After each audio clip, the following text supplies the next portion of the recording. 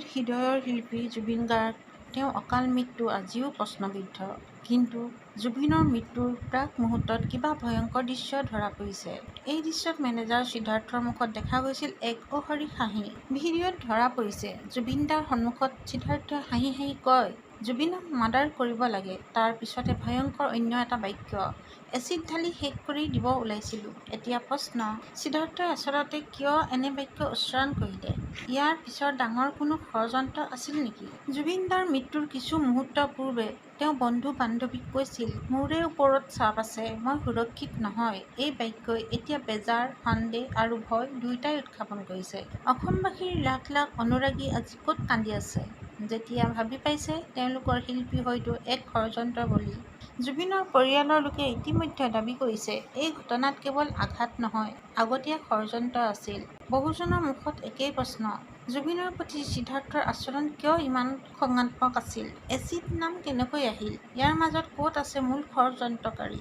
গুৱাহাটী, শিৱসাগৰ, ডিব্ৰুগড়, যোৰহাট সকলো ঠাইত লোকজন ক'ত ক'ত কান্দি পথাৰত উৰি গৈছে। ৰাইজৰ মাত, আমাৰ শিল্পীক ন্যায় দিয়ক। জুবিনৰ মৃত্যুৰ ঘটনাই গোটেই অসমক হিলাইছে। মানুহে কৈছে, এয়া কেৱল এটা দুৰ্ঘটনা নহয়, ই এটা হত্যাৰ ষড়যন্ত্ৰ। যদি সিদ্ধাৰ্থৰ হাঁহি আৰু সেই ভয়ংকৰ বাক্য সত্য হয়, তাহলে কোনে দিছিল এই ষড়যন্ত্ৰৰ আদেশ? কেৱল একজন নে ডাঙৰ কোনো গুট? প্ৰমাণ সকলোকে স্পষ্ট নহ'লেও এই দৃশ্যই অসমবাসীৰ হৃদয়ত গভীৰ সন্দেহৰ জন্ম দিছে। এতিয়া সকলোৰে একেই দাবী, জুবিনৰ মৃত্যুৰ ন্যায় হ'বই লাগিব। বন্ধুসকল, আপুনি কি ভাবে? জুবিনৰ মৃত্যুৰ পিছত কাক আঙুলি তুলিব লাগিব? সত্য কেতিয়া প্ৰকাশ পাব? আপোনাৰ মতামত কমেণ্টত লিখিব।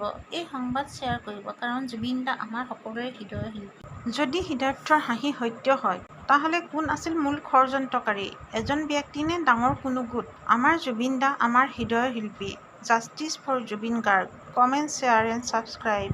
আমাৰ শিল্পীক ন্যায় দিয়ক। গুৱাহাটী, শিৱসাগৰ, ডিব্ৰুগড়ত কান্দোন আৰম্ভ। ৰাইজৰ মতে জুবিনৰ মৃত্যু এটা দুৰ্ঘটনা নহয়, ই হৈছে হত্যা।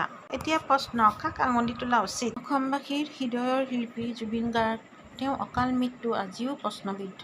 জুবিনক মাৰ্ডাৰ কৰিব লাগে। তাৰ পিছতে ভয়ংকৰ অন্য এটা বাক্য, এচিড ঢালি শেষ কৰি দিব ওলাইছিলো। এতিয়া প্ৰশ্ন, সিদ্ধাৰ্থই আচলতে কিয় এনে বাক্য উচ্চাৰণ কৰিলে? ইয়াৰ পিছত ডাঙৰ কোনো ষড়যন্ত্ৰ আছিল নেকি? জুবিন দাৰ মৃত্যুৰ কিছু মুহূৰ্ত পূৰ্বে তেওঁ বন্ধু-বান্ধৱীক কৈছিল, মোৰে ওপৰত চাপ আছে, মই সুৰক্ষিত নহয়। এই বাক্যই এতিয়া বেজাৰ, সন্দেহ আৰু ভয় দুয়োটাই উত্থাপন কৰিছে। অসমবাসীৰ লাখ লাখ অনুৰাগী আজি ক'ত কান্দি আছে, যেতিয়া ভাবি পাইছে তেওঁলোকৰ শিল্পী হয়তো এক ষড়যন্ত্ৰৰ বলি। জুবিনৰ পৰিয়ালৰ লোকে ইতিমধ্যে দাবী কৰিছে, এই